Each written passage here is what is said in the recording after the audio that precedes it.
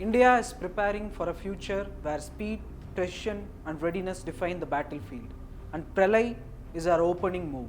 In two stunningly successful back-to-back tests conducted on July 28 and 29, India's indigenous quasi-ballistic missile Pralay delivered a clear message. Bharat is no longer reacting, we are setting the tempo. These tests were not routine, they were decisive, deliberate and deadly accurate. Conducted from Dr. APJ Abdul Kalam Island off the Odisha coast, they marked the conclusion of Phase 1 trials, validating both the maximum and minimum range capabilities. All systems, guidance, propulsion sensors, electronics performed perfectly. This is what Make in India looks like when executed by DRDO's finest minds, backed by Indian Army and Air Force personnel and supported by Desi industries and MSMEs. Pralay is not just a missile, it is a symbol of a new India that stands tall, strikes hard and thinks ahead. With the state-of-the-art guidance and rapid launch capability, India is ready not just to fight wars, but to define how future wars are fought. This is the power of Atmanirbhar Bharat, and we are just getting started. We are going to see about important aspects of Pralay missile in this video. What is Pralay and why was it made? Here is the answer. Pralay is a solid fuel quasi-ballistic surface-to-surface missile built entirely in India. It uses state-of-the-art guidance and navigation systems, enabling it to carry multiple types of warheads and hit targets with pinpoint accuracy. The term Pralay means massive destruction, and this missile lives up to its name. Built for the Indian Army's conventional strike needs, Pralay is capable of delivering a 1000 kg warhead deep into enemy territory in mere minutes. It's fast, lethal and ready to be deployed.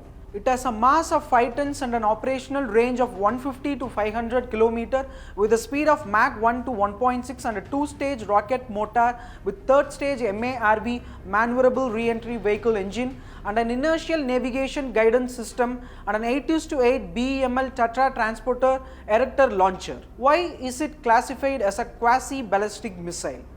Unlike traditional ballistic missiles that follow a high arcing trajectory and are purely gravity driven after initial launch, quasi-ballistic missiles like Pralay operate on low trajectories and can even maneuver mid-flight.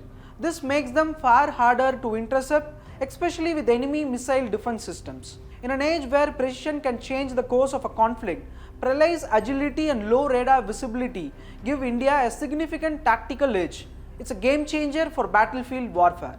If we already have the Prithvi missile, why do we need Pralay? That's where the technological leap becomes evident. Prithvi is a liquid fueled missile, which means it's hard to store, difficult to handle and requires fueling just before launch. Liquid fuel is corrosive and degrades the missile over time. In contrast, Pralay uses solid fuel, making it combat ready 24/7. It can be launched at a moment's notice, maintained safely and stored long term without corrosion. This is a generational leap from 1990s tech to 2025 tech.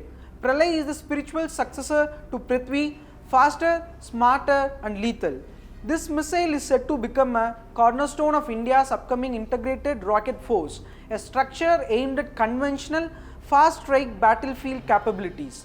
Unlike the Strategic Forces Command, which handles nuclear missiles, the IRF is about responding to border threats swiftly and surgically. With Pralay in its arsenal, India can take out enemy command posts, runways, bunkers and infrastructure before they even realize what hit them. This success is a testament to India's Make in India initiative and Atmanirbhar Bharat push in defense.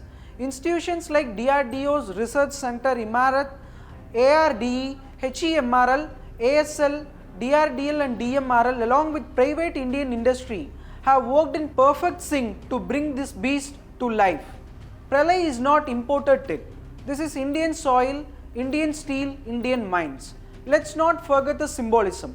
Pralay was fired from a site named after Dr. APJ Abdul Kalam, India's missile man. And today that missile is roaring not just through the skies but through the conscience of every Indian who believes in a strong self-reliant Bharat. And while India tests Pralay with success and confidence, our enemies fumble in fear. Pakistan names its missiles after invaders like Gauri and Babur, symbols of bloodshed, slavery and loot. India replies with names like Sindoor, Mahadev and now Pralay, symbols of our culture, strength and spiritual legacy. This is not just a battle of weapons, it's a battle of narratives and India is winning it. Every successful test like this adds one more brick to the wall of a new Bharat, resilient, ready and rooted. A Bharat that will not tolerate terror, will not wait for permission and will not bow to foreign media, Lutyens lobby or woke sympathizers. While some question why we build missiles, we ask why not. Should Bharat not defend its people with the best? Should we not prepare to strike back hard when attacked? Pralay is more than a missile. It is a message to enemies outside and traitors within. If you plan destruction, Bharat will bring Pralay. This is not just defense. It is Dharma Yudh, backed by science, powered by pride and guided by the spirit of a self-reliant India.